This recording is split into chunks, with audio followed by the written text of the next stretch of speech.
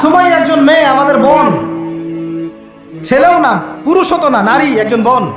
আর আবু জাহেল তখন তার ওই যে আখাযাতুল ইজ্জাতু বিল ইসম, তার একদম প্রেস্টিজে লেগে গেছে, আমাকে থুতু দিল, ব্যাস একদম বর্ষা নিয়ে তেড়ে আসলো সুমাইয়ার দিকে। সুমাইয়া রাদিয়াল্লাহু আনহার লজ্জাস্থানে বর্ষা নিক্ষেপ করে তাকে শহীদ করেছে। কিন্তু সুমাইয়া স্বাধীন, সুমাইয়া পরাধীন না, সুমাইয়া স্বাধীন। এইটা স্বাধীনতা। আমরা তো কারো গায়ে থুতু দেই নাই, তাতেই যা অবস্থা। অনেস্টলি বলেন যে ওখানে কোনো দলের নাম মেনশন করা ছিল? কোনো জাতির নাম, কোনো দলের নাম, কোনো সংগঠনের নাম? নিজে নিজেই বানিয়ে নিল, নিজে নিজেই থুতুটা মাখলো। তো এতেই তো প্রমাণ হয়ে যায় যে চোরের মন পুলিশ পুলিশ। চোরের মন কি? কেউ কিন্তু বলে নাই, কেউ বলে নাই যে আমরা সালাফি ভাইদেরকে থুতু দেই, বলেছে কেউ? কেউ বলে নাই যে আমরা আহলে হাদিস ভাইদেরকে থুতু দেই, বলেছে কেউ? আমরা প্রকৃত আহলে হাদিসদেরকে থুতু দিব কেন? প্রকৃত আহলে হাদিস যারা, প্রকৃত যারা, কথিত না, প্রকৃত, তারা আমাদের ভাই, তারা আমাদের কি? প্রকৃত সালাফি যারা, কথিত না, প্রকৃত সালাফি যারা, তারা আমাদের ভাই, তারা আমাদের কি? তারা আমাদের ভাইদের মুখে কেন থুতু দিব? দিব আমরা?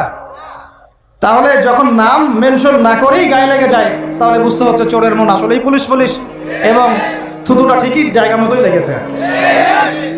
এরপরে তো যা হওয়ার হচ্ছে দেখতেই পারতেছেন কি হচ্ছে। দেশ থেকেও বের করে দেওয়ার হুমকি দিতেছে, মানে দেশটা আর বাপের। শোনো, ওই সামনে 15-20 জন আর 200 জন লামাজাবিদেরকে নিয়ে বয়ান করা সহজ। সামনে এসে ফাইট করো, সাহস থাকলে সামনে এসে ফাইট করো। আমরা সবসময় বসেই আছি ঢাকায়, আসো আমার কাছে, আসো, বসো, আলোচনা করো। ইলমি মোজাকারা করতে চাও, ইলমি মোজাকারা করো, নাকি বক্সিং খেলতে চাও, সেটাও খেলো। কি চাও? ইলমি মোজাকারা করতে চাইলে বসো, ওস্তাদদেরকে নিয়ে। আমি ওস্তাদদেরকে নিয়ে বসাচ্ছি, আমি উদ্যোগ নিয়ে বাংলাদেশের শ্রেষ্ঠ 10 জন কওমি ঘরানার আলেমকে বসাবো ইনশাআল্লাহ। তাদেরকে বলেন তাদের মধ্য থেকে শ্রেষ্ঠ 10 জন আলেমকে নিয়ে বসাবো। আমি একটা একটা করে ইস্যু ধরে ধরে প্রমাণ করে দিব যে ওলামায়ে হক তারা হকের উপর আছেন, তারা বাতিলের উপর আছেন। আমি প্রমাণ করে ছাড়বো, আমি উদ্যোগ নিচ্ছি। বসতে বলেন যে কোনো জায়গায়, যে কোনো জায়গায়, যখন তখন আমি শ্রেষ্ঠ 10 জন আলেমকে বসাবো। তাও তারা হচ্ছেন তালেবে ইলম, তারা বলবেন না যে আমরা আলেম, তারা বলবে না কখনো যে আমরা আলেম, বলবে আমরা তালেবে ইলম। আর তারা বলুক যে আমরা শায়েখ, ঠিক আছে শায়েখ, ভালো কথা, 10 জনকে নিয়ে এসে বসাবো। আবার আমি একটা রিকোয়েস্ট করি, তার আগে অন্তত এমন কাউকে ডাইকেন না যে কোরআনও তেলাওয়াত করতে পারে না, ওটা মুসিবত হয়ে যাবে। বাংলাদেশে একটা জায়গা, ভারতে আর দিন প্রচার করে কাজ হচ্ছে না, বাংলাদেশে এসেই প্রচার করতে হবে, তাও কোরআন তেলাওয়াতও সহি না, শুদ্ধ না। সে বড় বড় আলেম মুফতিদেরকে বাহাসের জন্য ডাকতেছে। কি একটা অবস্থা! বিসমিল্লাহির রহমানির রহিম বিশুদ্ধ করে পড়তে পারতেছে না, তাও বলতেছে বাহাসের জন্য ডাকতেছে। এতটুকু তো জ্ঞান নাই। একটা আয়াত তেলাওয়াত করতেছে, দেখলাম, এগুলো অনলাইনে আমাদের ভাইরা পাঠায়, তাই দেখি। এগুলো তো সময় দেওয়ার, মাথায় নেওয়ারও সময় নাই আসলে আমাদের, কারণ অনেক বড় বড় বিষয় নিয়ে আমাদেরকে কাজ করতে হয় বা চিন্তা করতে হয়।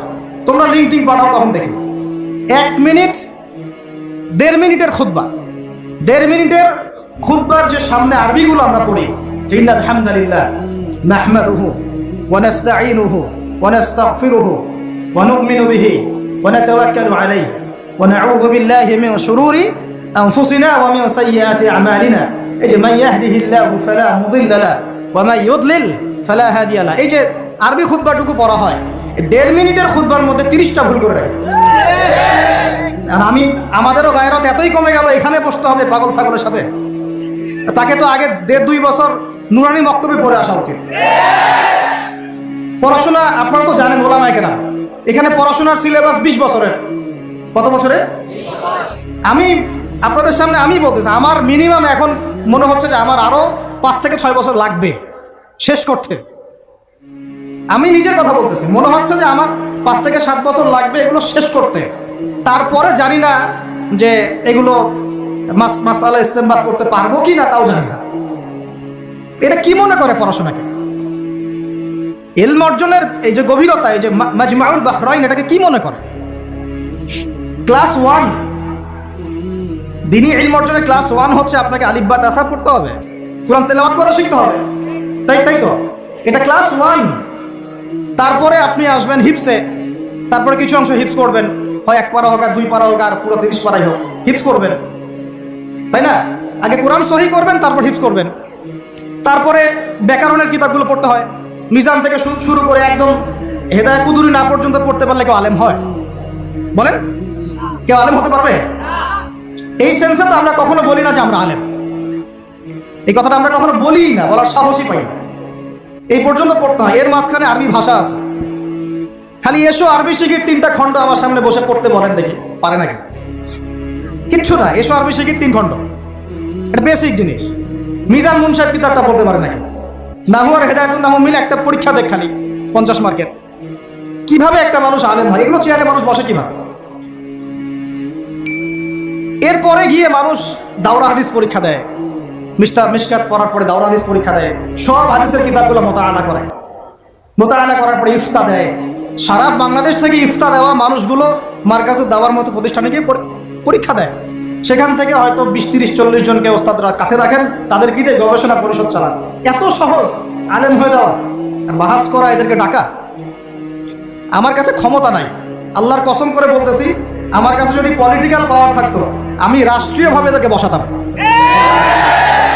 একদিকে ওলামায়ে কেরামকে বসাতাম, আর একদিকে এদেরকে বসাতাম, একটা করে বিষয় দিতাম, একটা বিষয়ের উপর ধারাবাহিক মোনাজারা হবে এবং এটা লাইভ সারা দেশের মানুষ দেখবে, এবং সামনে কোনো কিতাবই থাকবে না, কিতাবেরই দরকার নাই।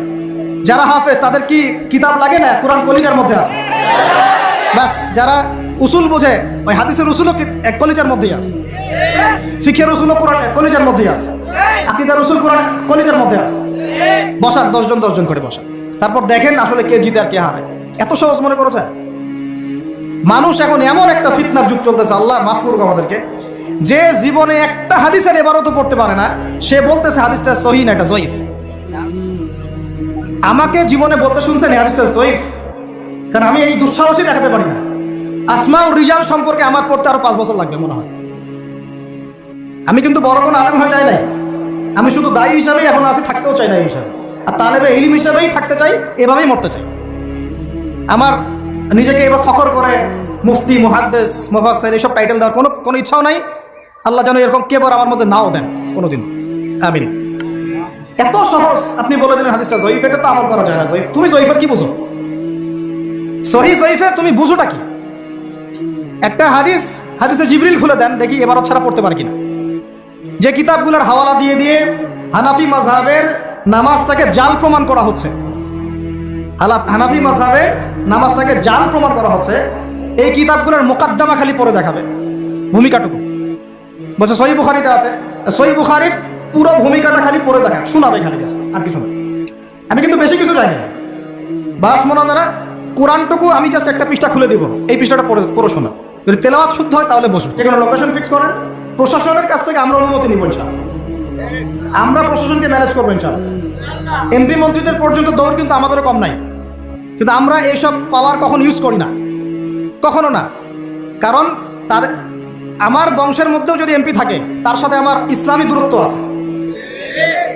আমি বলেছি যে রাজনীতি আপনি করছেন করেন, কিন্তু যতদিন পর্যন্ত আপনি তাগুত বর্জন করতে পারছেন না, আমার সাথে আপনার মনের মিল থাকবে না।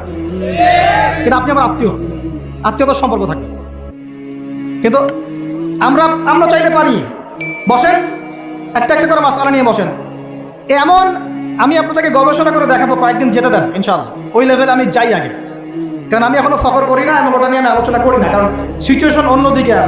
এখন বিশ্বের মুসলমানদের অবস্থা নিয়ে আমরা কথা বলছি এবং আমরা ঐক্য চাচ্ছি, ইউনিটি চাচ্ছি, তাই কিছু বিষয় এড়িয়ে যাচ্ছি, শুনেও না শোনার ভান করছি, দেখেও না দেখার ভান করছি। কিন্তু একটা করে বিষয় ধরিয়ে দেখাই দেবো ইনশাআল্লাহ। শুধু আপনাদেরকে হাত বাঁধা থেকে শুরু করে এই যে এই চামড়ার মোজা না কাপড়ের মোজা শীতকাল পর্যন্ত ব্যস্ত করে রাখছে। একটা মাসআলা বাদ দেওয়া হয় না যেটা নিয়ে মুসলিম উম্মাহকে বিভক্ত করা হয় না, একটা মাসআলা বাদ দেওয়া হয় না। মুসাফা করতে যাবেন, মুসাফা থেকে শুরু করে এই যে হাত থেকে শুরু করে পা পর্যন্ত, এই যে কোন মোজা পরবেন, চামড়ার মোজা না কাপড়ের মোজা, এমন কোনো মাসআলা বাদ দেওয়া হয়নি যেটা নিয়ে এই ফিতনা সৃষ্টি করা হয়, উম্মাহটাকে বিভক্ত করা হয়।